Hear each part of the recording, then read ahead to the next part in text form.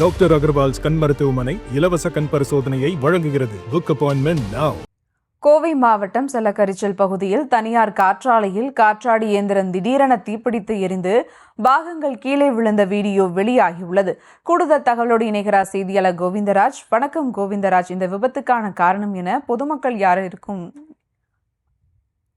காயம் ஏற்பட்டிருக்கிறதா? விவரங்கள்.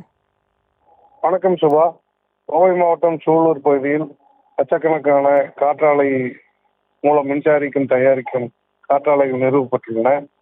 இன்று மதியம் செல்லக்கரிச்சல் பகுதியில் உள்ள தனியாருக்கு சொந்தமான காற்றாலையில் திடீரென தீப்பிடித்தது.